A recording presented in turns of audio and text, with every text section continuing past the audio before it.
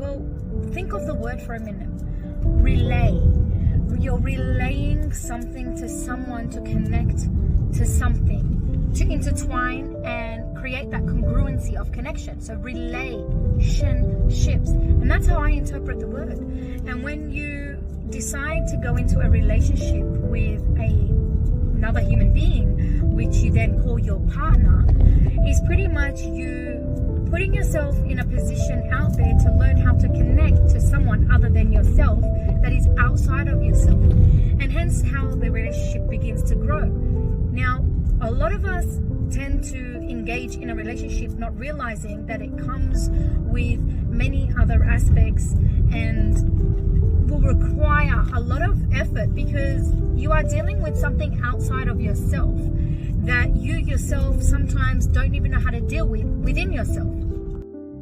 And so my point of view in regards to relationships, we need to learn how to address the style of communication that we deliver with other people. And the reason why I say this is because we tend to fall in loops of what we believe as a perception to be our identity or ourself towards someone. However, it may not be the same for the other person. And so the important picture, I believe, is that you must actually learn how to communicate your language through someone else's lens. And the more you understand their story and their beliefs and their style of language, where if it's more visual or auditory or a bit of both or kinesthetic, you can actually send your message across, removing any malice that comes ahead, like when someone takes offense so easily or things to heart and too personal, when you set a good intention to begin with.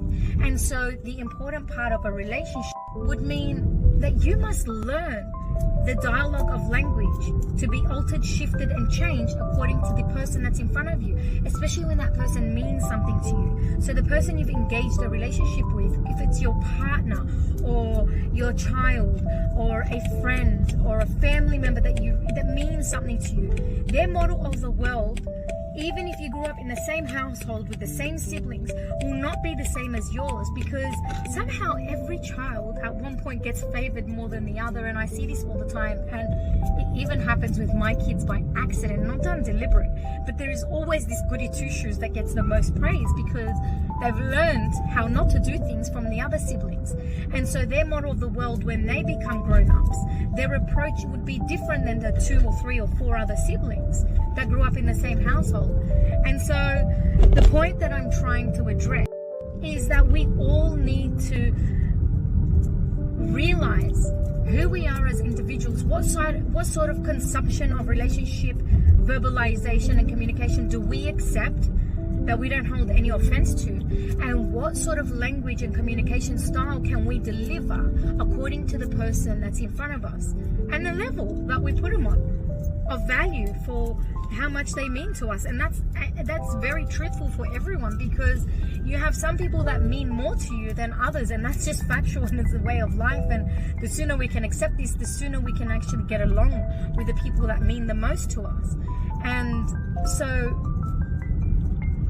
my piece of advice would be, learn about communication styles and dialogues and how the person that you love so much perceives to be communicated with and their model of the world. Based on that piece of advice, you can grow in that relationship and bond, and the engagement of that relationship that you've taken on board, if you have chosen to take it on board, will then impose a better future, because your connection will get so stronger that the foundation of what you are creating will be so strong that if anything from the outside world comes in to interfere, it will not actually interfere. And the reason being is because you've created such a strong foundation. Yes, maybe a level may break here and there, but I mean, you can still rebuild on the foundation you've initially instated, because the whole building won't drop, it'll be bits and pieces. And so if you perceive your life in that perception and that way, can you imagine how glorified your life would be when you're engaging in relationships with the people that most mean something to you?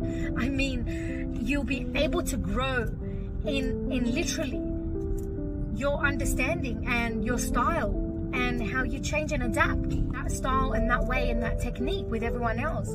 And I mean, even in those times when you begin to realize who you are as an identity and what type of communication style you like to receive and you like to deliver, you will find people, maybe not so much, but you will find people that are at the same level of yourself. And you'll be lucky if you find that person, because if you do, you don't have to alter, change, or adapt according to them, so they don't hold offense if they mean something to you, because they'll take you wholeheartedly, just as raw as you are, which is great. But you don't always find that person. And so because you don't always find that person, what my perception and belief would be is to learn to adapt, change, and alter yourself according to someone else if they really mean something. And no, it's not changing who you are as an identity, it's just altering the way you send the message across so they can understand it from their point of view and their perception. Pray you're all well, from my heart to yours, as always.